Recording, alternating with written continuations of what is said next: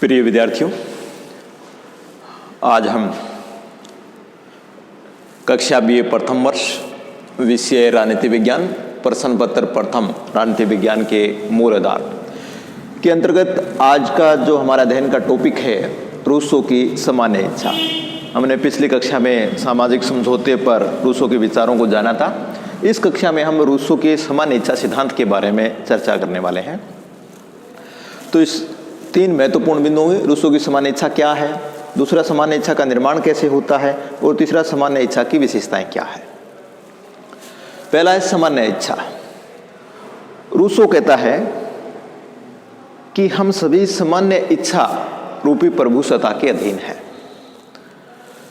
और इस सामान्य इच्छा को समझना है तो हमें इन दो शब्दों यथार्थ इच्छा और आदर्श इच्छा को समझना होगा।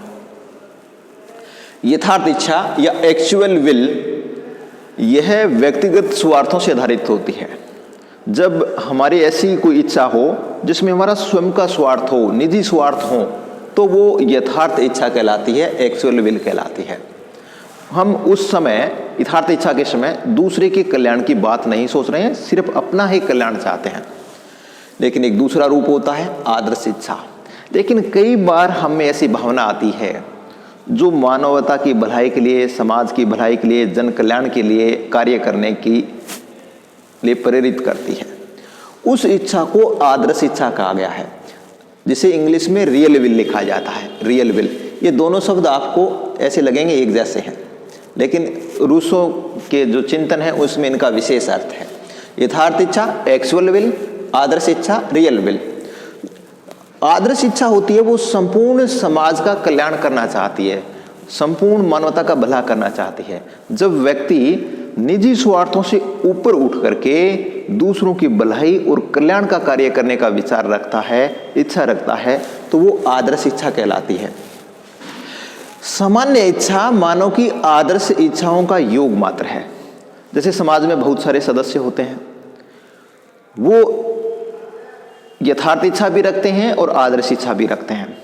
उन सभी सदस्यों की आदर्श इच्छाओं का योग, आदर्श इच्छाओं का भाग सामान्य इच्छा कहलाता है। सामान्य इच्छा मानव की इच्छा का वह भाग है, वह हिस्सा है जो संपूर्ण समाज के लिए आवश्यक रूप से हितकारी हो, कल्याणकारी हो। जब हम बहुत सारी इच्छाएं रखते हैं और उनमें इच्छाओं में से कोई इच्छा मानवता की भलाई के लिए, कल्याण करने के लिए हो, तो वो हिस्सा, वो भाग आदर्श इच्छा का है और निजी स्वार्थ से प्रेरित है वो यथार्थ इच्छा का है। ग्रीन ने कहा है सामान्य आदर्शों की सामान्य चेतना ही सामान्य इच्छा है। सामान्य आदर्शों की, सामान्य भलाई की, सामान्य कल्याण की जो सामान्य चेतना है वो सामान्य इच्छा है। बोसांके ने कहा है सामान्य इच्छा संपूर्ण समाज की सामूहिक इच्छा या सभी व्यक्तियों की ऐसी इच्छाओं का समूह है जिसका लक्ष्य सामान्य हित की पुष्टि हो।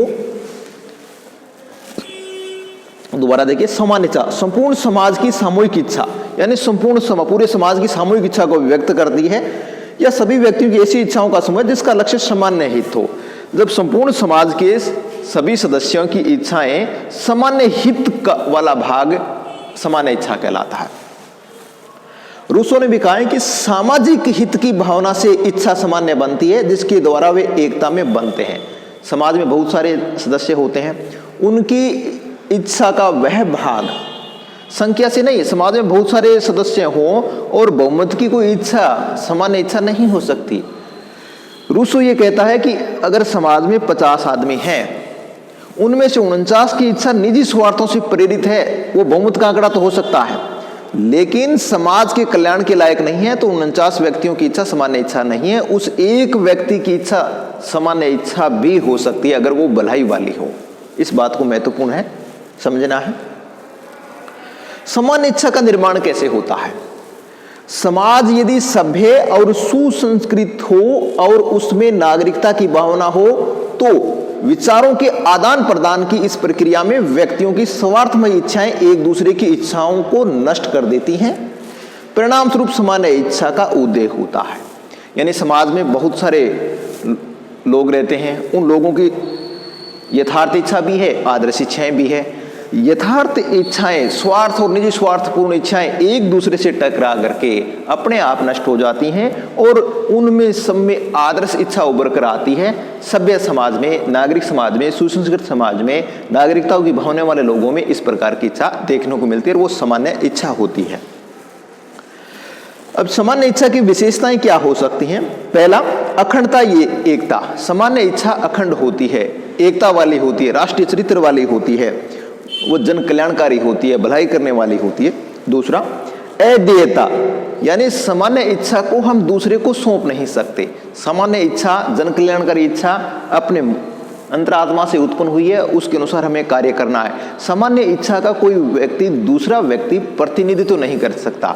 हम इसको सारांश रूप में ये कह सकते हैं कि सामान्य इच्छा है का सिद्धांत अदेय है और इसके परिणाम स्वरूप प्रत्यक्ष लोकतंत्र का समर्थन करती है। तीसरा, अविच्छेदता, यानी सामान्य इच्छा को प्रभु सत्ता से अलग नहीं किया जा सकता। जहां प्रभु सत्ता होती है, प्रभुत्व सत्ता होती है, वहां सामान्य इच्छा का निवास रहता है।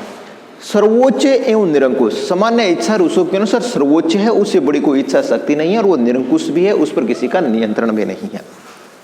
पांचवा, सामान्य इच्छा स्थायी है, क्योंकि सामान्य इच्छा विवेकपूर्ण है, जनहितकारी है। सामान्य इच्छा भावनाओं से अप्रभावित रहती है, भावनाओं, आवेगों, सनक से अप्रभावित रहती है। सामान्य इच्छा लोक कल्याणकारी होती है, जनता की भलाई करने वाली होती है।